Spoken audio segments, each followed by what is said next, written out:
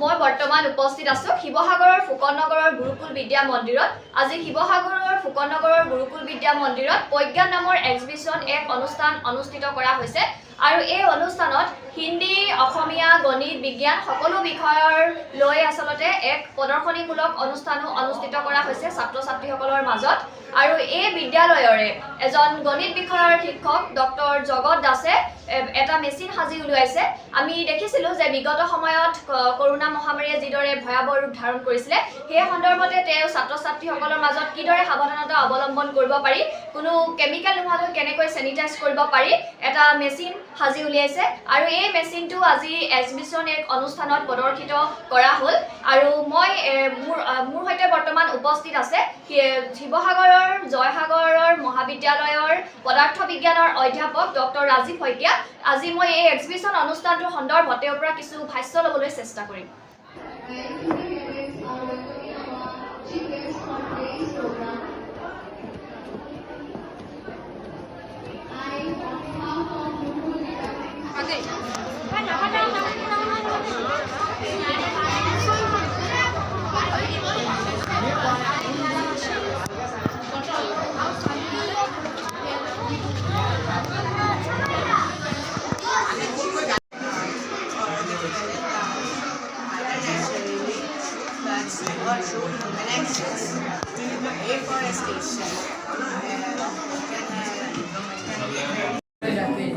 We have made it by LED lights. Here you can see when we switch on any of these switches, you can indicate the other part.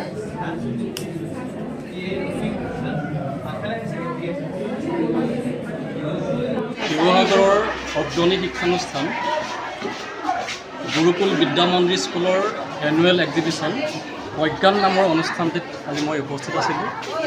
এই অনুষ্ঠানটোত থাকি অতিশয় আনন্দিত হৈছোঁ এইটো কাৰণতে যে ইয়াৰ ছাত্ৰ ছাত্ৰীসকল অসমৰ বিভিন্ন প্ৰান্তৰ উন্নত ছাত্ৰ ছাত্ৰী বা আমাৰ দেশৰ বিভিন্ন প্ৰান্তৰ উন্নত শিক্ষানুষ্ঠানৰ ছাত্ৰ ছাত্ৰীৰ দৰেই ক্ৰিয়েটিভ মাইণ্ডেৰে বিভিন্ন ধৰণৰ তেওঁলোকৰ প্ৰযুক্তি, ইয়াৰ ব্যৱহাৰ এইবিলাক প্ৰদৰ্শন কৰিছে।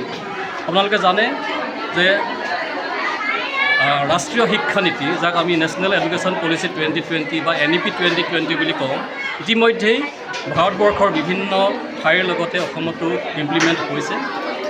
আৰু এই যি শিক্ষা ব্যৱস্থা, এই শিক্ষা ব্যৱস্থাৰ মূল উদ্দেশ্যটো হৈছে যে ছাত্ৰ ছাত্ৰীক আমি পুথিগত শিক্ষা দিয়াৰ বিপৰীতে আমি এক্সপিৰিয়েঞ্চিয়েল লাৰ্ণিং বা স্কিল বেছড লাৰ্ণিং দিব লাগে। এই ব্যৱস্থাটো গুৰুকুল বিদ্যা মন্দিৰ স্কুলত আমি খুব সুস্পষ্টকৈ দেখা পাইছোঁ। ছাত্ৰ ছাত্ৰীসকলে আৰ্ট, কালচাৰ, ছায়েন্স, টেকন'লজিৰ বিভিন্ন ক্ষেত্ৰৰ বিভিন্ন প্ৰজেক্ট ইয়াত ডেমনষ্ট্ৰেট কৰিছে। তেওঁলোকৰ ছাবজেক্টৰ ওপৰত যি ক্লিয়াৰিটি আছে আৰু যিটো টেকনিকেল এক্সপাৰ্ট দেখাইছে, সেইটো সঁচাকৈ আমি শলাগ ল'বলগীয়া। মই খুব অন্তৰেৰে ইয়াৰ যি এডমিনিষ্ট্ৰেশ্যন, শিক্ষাগুৰুসকল, তেওঁলোকক মই ধন্যবাদ জনাইছোঁ ছাত্ৰ ছাত্ৰীসকলক উৎসাহিত কৰাৰ বাবে। আৰু মই ভাবিছোঁ NEP 2020ৰ সফল প্ৰয়োগৰ জৰিয়তে আমাৰ যি মহৎ উদ্দেশ্য আছে, ডাঙৰ উদ্দেশ্য আছে যে বিকশিত ভাৰত 2047, এই লক্ষ্যত আমি উপনীত হ'ব পাৰিম। আৰু গুৰুকুল বিদ্যা মন্দিৰ স্কুলে এই ক্ষেত্ৰত অগ্ৰণী ভূমিকা গ্ৰহণ কৰিব বুলি মই